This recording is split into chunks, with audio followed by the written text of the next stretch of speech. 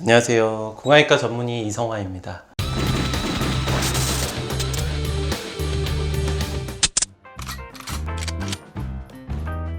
구강외과라 함은 치과 영역 중에서는 구강과 안면의 수술, 보통 흔히 제일 많이 하는 진료가 사랑니 발치부터 해서 임플란트, 그다음에 구강 내 감염증에 대한 치료, 그다음에 구강 주변에 뼈 이식술 같은 거 하는 것도 전부 다 구강외과의 영역에 해당된다고 보시면 됩니다.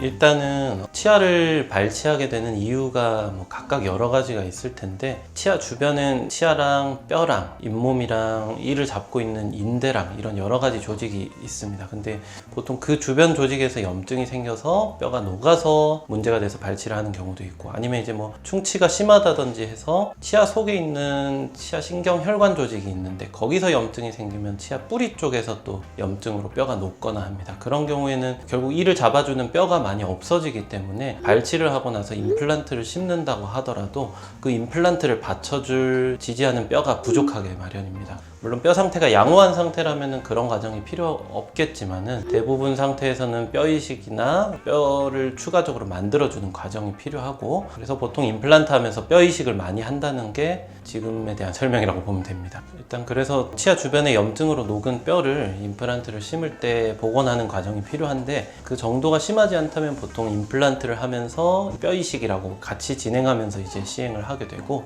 뼈가 많이 녹은 경우라면은 바로 임플란트를 심었을 때 임플란트를 지지해줄 뼈가 없기 때문에 뼈를 먼저 만들어 놓고 임플란트를 심는 과정이 필요합니다. 그런 거를 치조제 증대술이라고 보통 얘기를 하기도 하는데, 잇몸뼈가 없는 상태에서 거기에 맞춰서 너무 깊게 임플란트가 심긴다거나, 아니면은 뼈가 부족한데 아주 얇게 가늘게 임플란트가 심긴다 하면은 그 임플란트도 치아로서의 기능을 오래 할 수가 없는 거거든요. 그래서 잇몸뼈를 미리 만들어주는 과정이 필요한 거고, 뼈 이식제 종류는 여러 가지들이 있는데 대부분은 완전히 합성골도 있고, 동물이나 본인한테서 얻는 본인 뼈도 쓰는 경우가 있고, 다른 사람의 뼈를 가공해서 사용하는 것도 있습니다. 근데 실제로 이제 제일 많이 사용되는 거는 합성골이랑 동물에서 얻어진 이제 뼈고, 돼지나 소에서 얻어진 뼈를 많이 사용하는데, 이제 동물의 뼈를 이식한다고 해서 예전에는 그게 좀 되게 거리낀다고 하시는 분들도 많고 그랬는데, 미리 이제 충분한 화학적, 면역학적 처리를 통해서 그게 인체에 무해하게 만든 상태에서 이식을 하는 거기 때문에 그 이식 재료에 의한 합병증 같은 거는 걱정을 안 하셔도 될 거예요. 근데 이제 그 재료 종류에 따라서 이식하고 나서 회복 능력이나 이런 거에 차이가 있을 수 있는데, 아무래도 제일 좋은 거는 환자 본인의 뼈입니다. 근데 환자 본인의 뼈를 이식을 하려면은 내 뼈 이식을 할 때 어디선가 이제 다른 데서 떼야 되는데, 사실 사람 입안에서 뗄 수 있는 부분이 있는 경우도 있지만은, 어떻게 하더라도 자기 뼈를 떼는 경우는 수술이 몇 배로 커지고 환자도 더 힘들어지고 그렇습니다. 그래서 대부분의 경우에는 아까 말씀드린 것처럼 합성골이나 동물의 뼈를 원료로 만들어진 재료 같은 걸 이용하고, 물론 그 뼈들 같은 경우에는 그 뼈만 가지고 그게 다 내 뼈가 되는 게 아니라, 그 뼈와 차단막을 같이 이식을 해 놓으면은 주변 내 뼈에서 이 뼈대 사이로 해서 내 뼈를 더 새로 형성을 해가지고 내 뼈가 완전히 자리 잡은 다음에 그 다음 임플란트 치료나 이런 걸 할 수 있게 되는 건데요. 그런 과정들이 필요하다고 보시면 됩니다.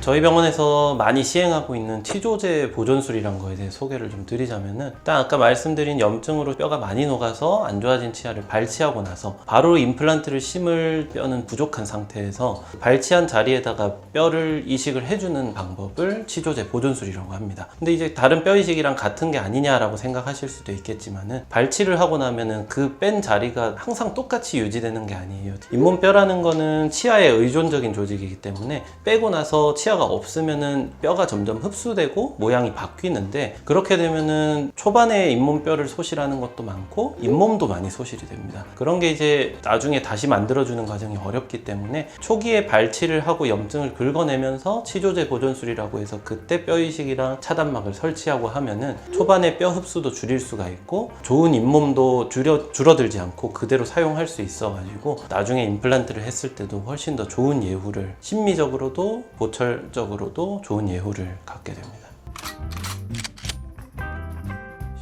일단은 치조제 등대술의 가장 큰 차이는 어쨌든 인공뼈나 합성뼈나 이런 것들이 들어간다는 점은 똑같은데, 발치하고 나서 아까 얘기한 것처럼 처음에 줄어드는 잇몸과 뼈의 양이 많습니다. 근데 치조제 보존술을 하면은 뼈 이식을 함으로써 그 과정을 차단을 해주는 거라고 보시면 돼요. 그래서 일단 거기서부터 잇몸뼈랑 잇몸이 임플란트를 심기 적합한 상태로 먼저 만들어 놓는 거고, 거기서 추후에 임플란트를 심었을 때 별도의 뼈 이식은 보통 필요 없이 줄어들지 않은 잇몸뼈를 이용해서 훨씬 더 심미적인 결과를 만들 수 있다는 거죠. 발치를 하고 나서 뼈랑 잇몸이 다 흡수되고 나서 거기에 뼈 이식을 하면서 임플란트를 하는 거에는 뼈 이식 양이나 이런 거에 한계가 좀 있을 수가 있습니다. 그런 점을 좀 더 극복할 수 있는 방법이라고 보시면 됩니다. 그래서 이제 치조제 등대술을 하고 나면은 발치하고 염증 생긴 부위에 뼈 이식을 하고 차단막을 덮는다고 했는데, 그 위로 이제 정상적으로 치유가 될 경우에는 보통 3에서 4개월 정도 있으면은 이식한 뼈 주변으로 내 뼈가 어느 정도 자라 들어오고 좀 단단해집니다. 그때 정도의 임플란트 식립을 할 수가 있고, 아까 말씀드린 것처럼 이미 흡수된 뼈가 어느 정도 보상이 되어 있기 때문에 다음 임플란트 과정이 상대적으로 쉽고 환자분들도 덜 힘들게 진행을 할 수 있는 거죠. 그리고 보통은 그 과정에서 추가적인 뼈 이식은 대부분 필요 없기 때문에 임플란트를 심고 나서 또 한 2개월 정도 있으면 이제 정상적으로 치아가 올라갈 수 있다고 보면 됩니다. 치조제 등대술을 하고 나서 임플란트까지 과정이 그렇게 되는 거고요. 약이 살을 밀어내면서 이렇게 비집고 퍼지면서 그 살을 미는 힘 자체가 팽창감이 들어가지고 또 통증이 있고 그렇습니다. 그래서 약이 들어가면서 팽창하는 것 때문에 아픈 거는 주입 속도를 천천히 함으로써 보통 해소를 할 수 있는데, 많이 사용하면은 환자분이 갑자기 숨을 못 쉬거나 하는 게 생길 수 있습니다. 그런 경우에 이 약을 투여하면은